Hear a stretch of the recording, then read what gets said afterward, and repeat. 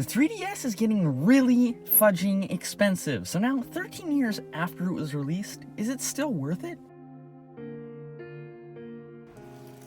Well, the short answer is, it depends. I mean, it really does. The Nintendo Switch 2 is going to be announced soon, and if I only had the choice between a 3DS and a Switch 2, well, I'd take the Switch 2 any day. The 3DS has a ton of games, not just 3DS games, it also has the entire DS library as well. Both are loaded with great games, and because it has a DS processor within the 3DS chip, it also technically has a Game Boy Advance, because the DS chip within the 3DS processor has a GBA chip inside. Basically, it can play 3DS, DS, and Game Boy Advance games without emulation. And speaking of emulation, this thing is pretty great at it. Now that I modded mine, it can play NES games, Game Boy Color games, and even SNES games. Even though the whole reason they claim only the new 3DSs can play SNES games is because this old thing wasn't powerful enough.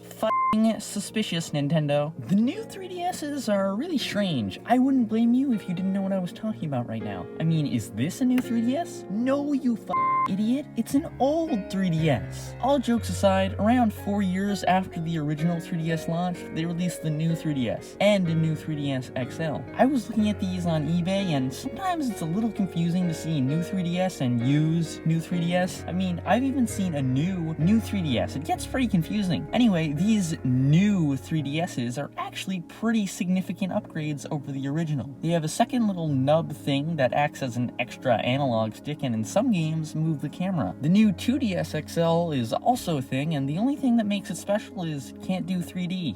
Yay! All of the 3DSs with the word new can also play some cool exclusive games, like at least 4 games. No, I'm not joking, those are the only new 3DS games with a physical copy. All the other digital ones were pretty crappy anyway. Another benefit to buying a new 3DS over a regular one is the processor. The CPU is much more powerful on the new 3DSs. That makes load times a ton faster. Now, like I mentioned earlier, the 3DS is getting pretty pricey. I mean, you could buy a new 2DS XL for $150 in like 2021, I think. Now, if you want a sealed/unopened one, you have to pay about $500, which is pretty ridiculous. Obviously, you can get them used for a lot cheaper, but if you only have enough money for one console, just save your money and buy the Switch 2 when it comes out. If you've got a $100 bill burning a hole in your pocket, well, give it to me, or get yourself the original 3DS, and if you're lucky, a 3DS XL for a similar price. I wouldn't bother with any of the new systems, not actually new, like unopened, but don't buy sealed systems